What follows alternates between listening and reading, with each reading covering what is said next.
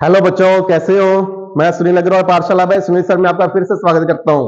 तो बच्चों, आज हम करने जा रहे हैं मॉडल पेपर 7 का सेक्शन है। इसके अंदर अपने मल्टीपल चॉइस क्वेश्चन करेंगे, फिल इन द ब्लैंक्स करेंगे और very short answer type question करेंगे। तो सबसे पहले करेंगे मल्टीपल चॉइस क्वेश्चन, जो अपने पास टोटल 18 पार्ट के अंदर है। फर्स्ट पार्ट देखो क्या कह रहा है, विच of the following is an irrational number. ये बोला गया अभी इन जो अपने को ऑप्शन दिए हुए हैं, इनमें से कौन सा इरेशनल नंबर है अपने पास। इरेशनल नंबर कौन से होते हैं जिसे अपने पी अपॉन क्यू की फॉर्म में नहीं ले सकते, मीन्स जिन्हें अपने फ्रैक्शन की फॉर्म में नहीं ले सकते, पी अपॉन क्यू की फॉर्म में नहीं ले सकते अपने से। देखो टू के नीचे अपने 1 लगा के इसे पी अपॉन क्यू की फॉर्म में लिख दिया। जैसे अब 2.23 के ऊपर 12 है, जितने के ऊपर 12 है, अगर अपने 12 हटाएंगे तो इस नंबर को कैसे लिख देंगे। जब 12 हटाएंगे तो क्या लिखा जाएगा, इसके नीचे अपने क्या लिख देंगे, 99 लिख देंगे। तो ये भी अपने फ्रैक्शन की फॉर्म में लिख सकते हैं। जब इसका अपने पॉइंट हटाएंगे तो इसे भी नीचे क्या लिख देंगे, 100। ये भी फ्रैक्शन की फॉर्म में लिखा गया, ये भी फ्रैक्शन की फॉर्म में लिखा गया और ये भी फ्रैक्शन की फॉर्म में लिखा गया। ये वाला नंबर क्या अपने पास इरेशनल है। इरेशनल क्यों है, देखो इसमें देखो 2 के बाद क्या है, पहले 3, फिर 2 के बाद क्या गया 4, फिर 2 के बाद 5, अब 2 के बाद 6 7 8 चलता रहेगा। ये जो सीरीज है लगातार सीरीज नहीं चलेगी, ठीक है। हर बार नंबर क्या हो गया, आपस में चेंज होंगे, इसलिए इरेशनल नंबर हो गया अपने पास। आगे देखो, if the zeros of quadratic polynomial x square minus 2x plus 4 are P and Q, then the value of p plus Q is. ये बोला कि अभी अपने पास है p और q, अपने पास एक क्वाड्रेटिक इक्वेशन है, इसकी जीरोज है ना जो, वो p और q है।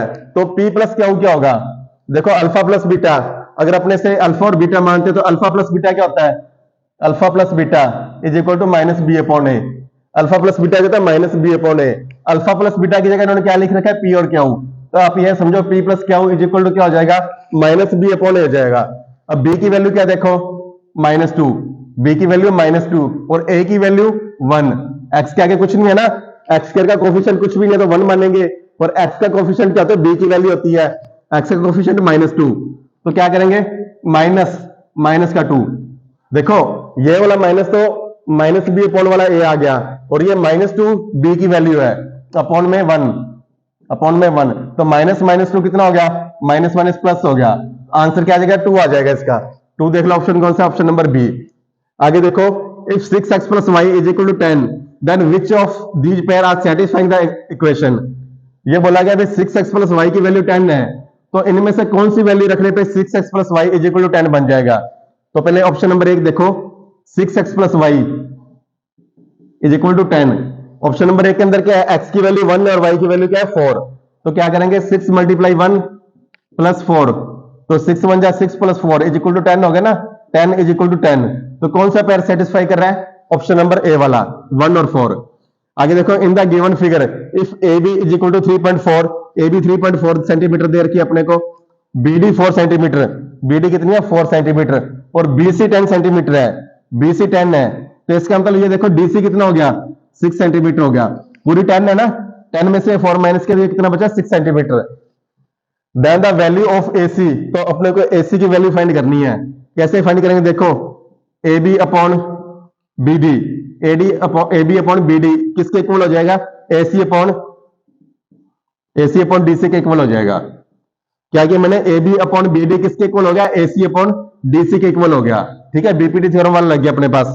तो 3.4 अपॉन में 4 is equal to x upon में 6। तो देखो 2 के टेबल पर काटे, 2 आ गया, ये क्या आ गया 3, 2 1 जा 2, ये आ गया 1.7। तो 1.7 को 3 से मल्टीप्लाई करेंगे तो क्या आ गया, x is equal to 5.1 centimetre आ गया। क्या किया, 3 को 1.7 से मल्टीप्लाई किया तो क्या आ गया, x is equal to 5.1 centimetre. देखो बच्चों, जब इक्वल में होते हैं ना नंबर, तो आपस में कट जाते हैं, नीचे वाला नंबर नीचे वाले से और ऊपर वाला नंबर ऊपर वाले से, और फ्रैक्शन में ऊपर नीचे तो अपने काट ही सकते हैं। तो इसलिए मैंने 4 से 6 काट दिया, तो ऊपर नीचे भी काट दिया। तो एक्स की वैल्यू क्या आ गई, 5.1 सेंटीमीटर। कौन सा ऑप्शन है, देखो ऑप्शन नंबर ए। तो चारों पार्ट इसके कंप्लीट हुए बच्चों। Question 5, the points equal distance from the point 0 0 2 0 and 0 2 is. बच्चों इस क्वेश्चन के अंदर ये पॉइंट एक्स्ट्रा से दिए हुए, इसे काट देना आप। क्वेश्चन क्या बोला गया, the points equal distance from the point 2 0 and 0 2 is. क्या बोला गया, अभी अपने पास एक लाइन सेगमेंट है, ठीक है, ये लाइन सेगमेंट है, इसके जो पॉइंट दे रखे हैं, ए के 2 0 और बी के दे रखे हैं 0 2। अब इक्वल डिस्टेंस मींस 1:1 के अंदर ये जब लाइन को डिवाइड करेंगे ना अपने, तो ये जो पॉइंट होंगे पी पॉइंट के, इसके कोऑर्डिनेट क्या होंगे अपने पास, एक्स वाई, ये फाइंड करना है अपने को। क्या फाइंड करना है? ए बी अपने पास एक लाइन सेगमेंट है जिसके ए के पॉइंट्स दे रखे हैं, बी के पॉइंट्स दे रखे हैं, और सेंटर के अंदर मैंने एक पॉइंट मान लिया पी। पी के कोऑर्डिनेट अपने को मींस पॉइंट्स बताने एक्स वाई क्या होंगे। कैसे फाइंड करेंगे? देखो x इज इक्वल टू क्या होता है? x is equal to x2 upon x2 plus x1 upon में 2, और y की वैल्यू क्या होती है? y is equal to y2 plus y1 upon में 2। ये हो गया x1, ये x2 हो गया। x1 x2 means 0 plus 2 upon में 2, और ये x आ गया, तो 2 अपॉन 2 क्या हो गया? 1, तो x की वैल्यू क्या आ गई? 1 आ गई। अब ये y1 है और ये वाला y2 है, तो y is equal to 2 plus 0 upon में 2, 2 अपॉन 2 कितना हो गया? 1। y की वैल्यू भी क्या आ गई? 1 आ गई। x की वैल्यू 1 है और y की वैल्यू 1 है। देखो ऑप्शन कौन सा है? Option number D. 2 cosec square 30 degree sec square 30 degree is equal to, ये पूछा गया कोसेक 30 डिग्री सेक 30 डिग्री की वैल्यू क्या होगी? कोसेक 30 डिग्री की वैल्यू क्या होती है? Cosec 30 degree is equal to 2। Cosec 30 degree की वैल्यू होती है 2, और सेक 30 डिग्री की वैल्यू क्या होती है? Sec 30 degree is equal to 2 upon root 3।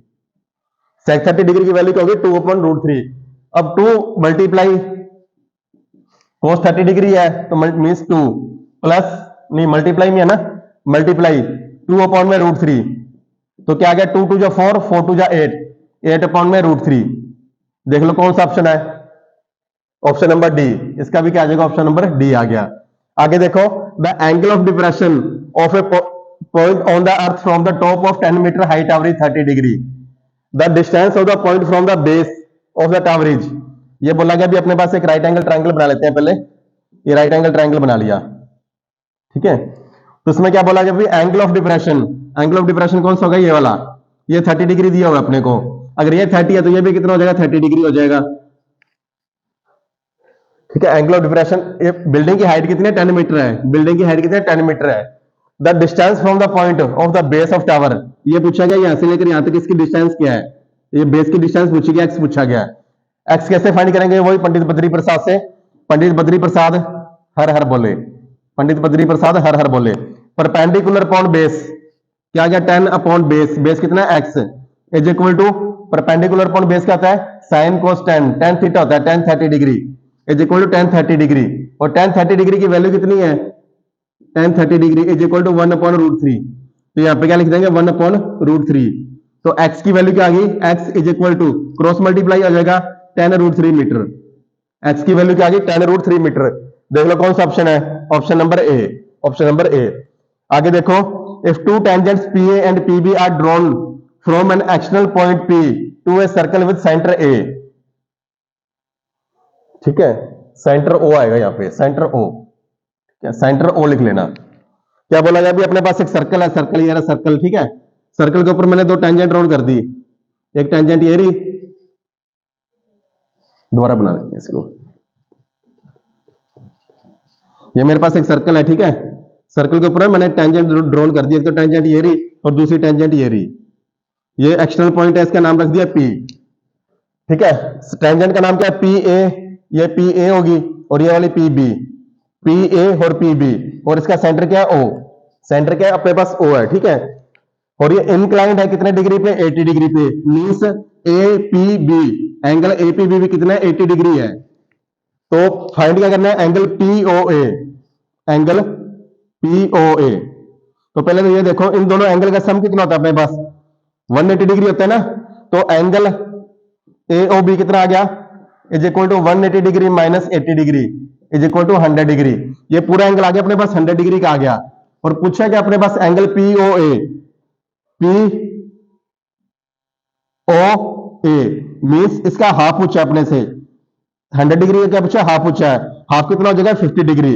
देख लो ऑप्शन नंबर ए। तो क्वेश्चन 50 भी हो गया, 6 भी हो गया, 7 भी हो गया, 8 भी हो गया बच्चों।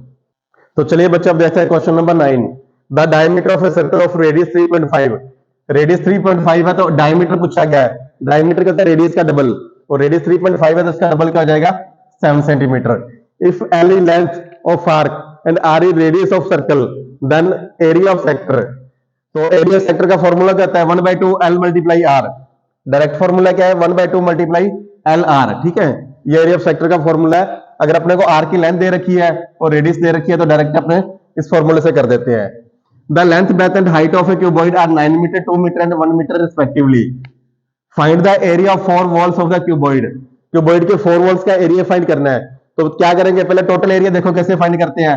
2LB plus BH plus HL। ये क्या अपने अगर क्यूबॉइड है ना तो क्यूबॉइड का टोटल सरफेस एरिया आ गया। अब अपने को क्या है, सिर्फ 4 दीवारों को फाइंड करना है, छत और अपने को बेस और छत का नहीं करना। तो क्या करेंगे, LB काट देंगे तो क्या बचा 2BH और HL। दोनों में कॉमन क्या है, 2H कॉमन आ गया तो क्या बचा B प्लस L। ये फॉर्मूला हो गया। तो 2 मल्टीप्लाई हाइट कितनी दे रखी है 1 मीटर। देखो पहले लेंथ है, फिर ब्रेथ है और फिर हाइट है। ये लेंथ होगी, ये ब्रेथ होगी और ये हाइट होगी। हाइट कितनी है 1, B प्लस L 9 प्लस 2 तो क्या गया 2 multiply 11 is equal to 22। 22 square metre कहां पे देख लो 22, ये रहा ऑप्शन नंबर डी। क्या गया option number D 22 square metre. आगे देखो which of the following can not be the probability of an one event. क्या इनमें से कौन सी एक प्रोबेबिलिटी नहीं हो सकती अपने पास। प्रोबेबिलिटी क्या होती है, मैक्सिमम 1 होती है और मिनिमम क्या होती है 0।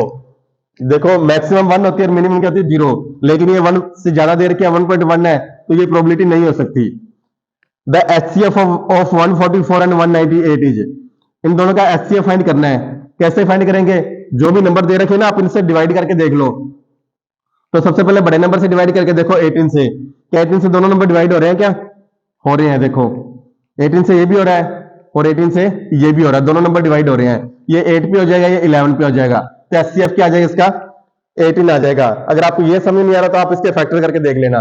144 के फैक्टर करना, पहले 2 से किया 72, 2 से किया 36, 2 से किया 18, 2 से किया 9, 3 से किया 3 और 3 से किया 1। उसी प्रकार 198 के करके देख लेना आप फैक्टर।